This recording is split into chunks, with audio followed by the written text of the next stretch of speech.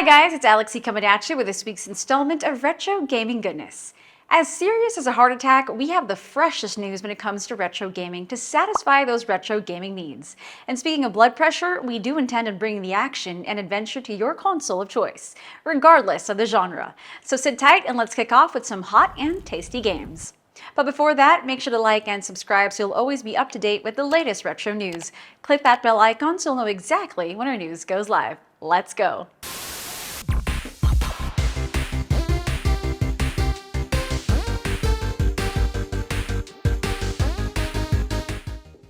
If you're into Amiga titles ported straight from the arcade machine like Flying Shark, Green Beret, and Wonder Boy, then we have news for you. AcidBottled is now working on the arcade to Amiga game of Breakthru, an action-packed 1986 side-scrolling shooter by Data East. The premise is simple: drive through enemy territory and rescue your PK-430 aircraft. Easy peasy. While it may not be as bombastic as most titles, it's an easy score attack shooter that's a lot of fun. So far, the game has a few bugs to work out, game mechanics to refine, and a few more things to work out to make sure the port comes out nicely. Still lots of work to be done, but progress has been swift, for now at least.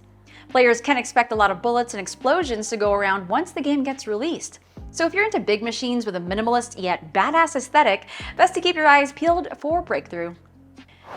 Now, we've had our fair share of Zelda re-releases, clones, and modern reimagining. This time, it looks like we have yet another, but with a slight twist. At least by name. This version looks like it could be a welcome addition to any Amstrad Plus collection.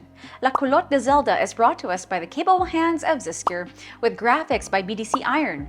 So while the name may be in a different language, this title looks like a faithful adaptation of the OG Legends of Zelda, which came out on the NES. But based on the current info, it also seems to reference Link to the Past and Link's Awakening.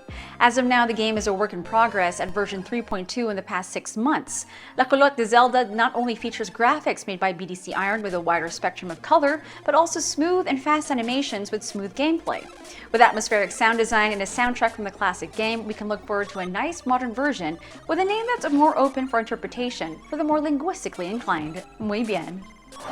Time for an absolute arcade classic that might not be as popular as before, but always brings us back to the good old butt-kicking days once it's mentioned. We're talking about the 1987 classic Double Dragon.